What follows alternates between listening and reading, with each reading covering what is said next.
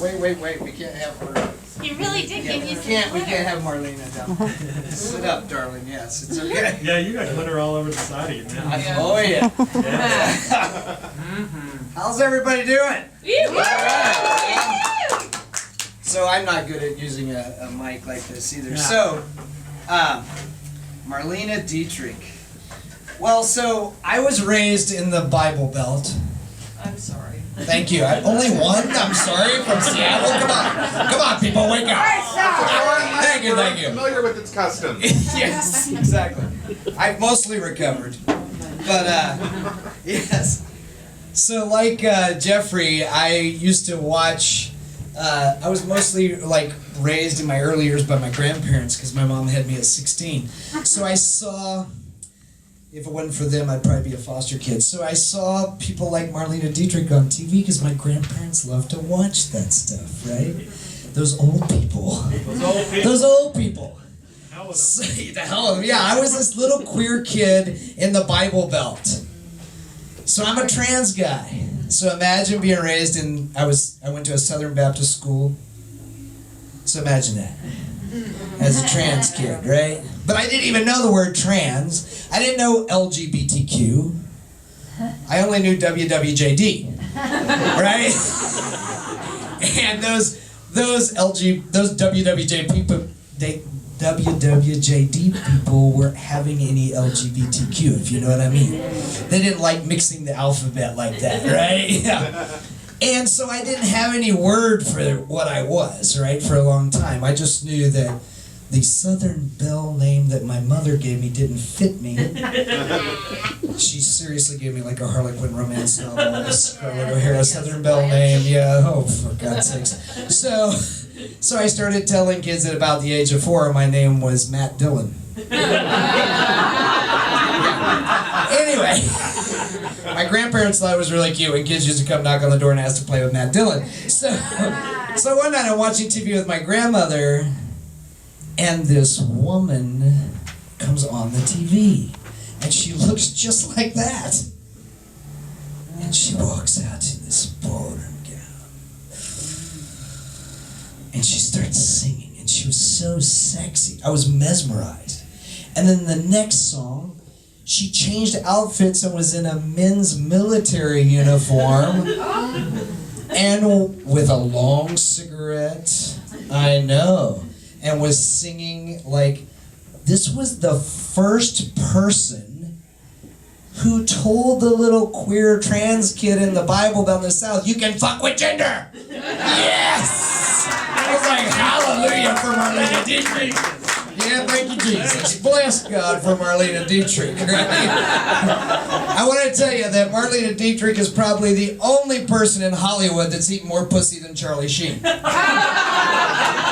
Just so you know. Except she did it in the 30s. Anyway, yes, a lot more brave back then, right? Yeah. She was pretty damn revolutionary in her day. And I have to say that, I mean, I was so inspired by her, I couldn't get her off my mind as a kid. I remember I dreamt about her every night. Every night. I couldn't get her off my mind. I couldn't figure out if I wanted to be her or do her. I didn't know, but I wanted something about her. I just knew that. So she, like, when I decided I was going to announce official transition, which is a really funny thing. I love when people say, when did you transition?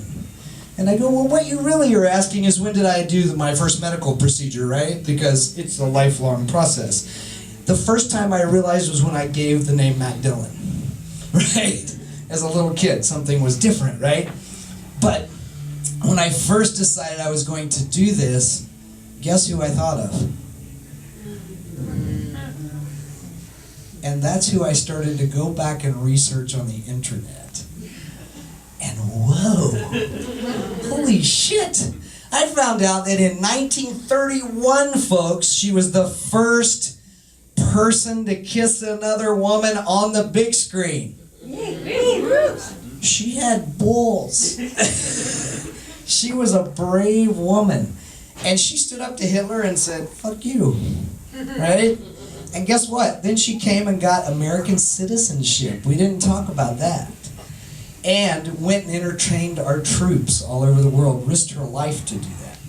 So she was an activist, which is what I do now, full time. So I was inspired by her in so many ways, and the more I researched and the more I learned, the more inspired I was. And I'm actually going to try to do a little number for you here. I decided that, what if Marlene talked about her queerness back in the day? She kind of just did it. And didn't really talk a lot about it publicly, right? She just fucked everyone, which is another reason I love her so much. Yeah. As a pansexual person, I love that she just loved everyone and had fun with everyone. I wasn't limited, right? So I rewrote the words to a song as if Marlene would have sang it, the queer version. And I have to put on my old fart glasses. If you'll excuse that, it happens. Yeah, we old people, right? She used to do all the time as she got older this famous Bob Seeger number. You might remember it. It was a hippie song, actually. Had something to do with flowers. I'll sing the first verse like the regular. Where have all the flowers gone? Long time passing. Where have all the flowers gone? If you know it, sing it. Long time ago. Where have all the flowers gone? Young fairies pick them, everyone. When will they ever learn? When will they learn? But then she might have done something a little different. Where have all the lesbians gone? To the wild rose. Where have all the lesbians gone? Maybe to the hot house. Where have all the lesbians gone? To a storm game, everyone. When will Sue Bird marry them? When will Sue marry them? That's a good question, right? Where have all the gay boys gone? To the cuff they're drinking. Where have all the gay boys gone? To find a daddy bear. Where have all the gay boys gone? To doghouse leather, everyone. When will they get their spanking? When will daddy spank them? Where have all the queers gone? To neighbors dancing. Where have all the queers gone? Maybe to the CSCP. Where have all the queers gone? They're with us trannies, everyone, 'cause we cover all their bases. We take them to naughty places.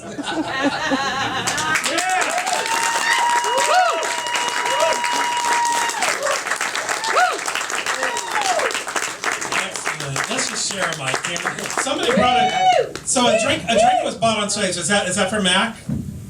Is that drink? It looks like your kind of drink. Is it for me or Mac? It's gin and tonic. It's gin and tonic. So it's yours. So somebody got you. Yeah, it must be. Okay, so that's yours.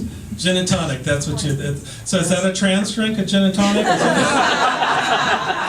We can start a new thing. Yeah. Sure. So, Why not? So you know I have complete hair envy of you. Can I touch it? You can.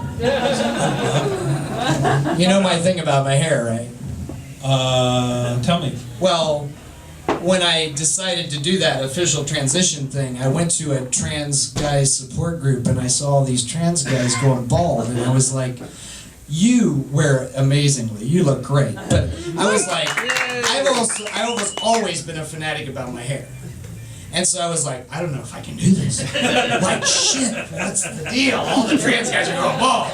So I went to the doctor and asked some serious questions.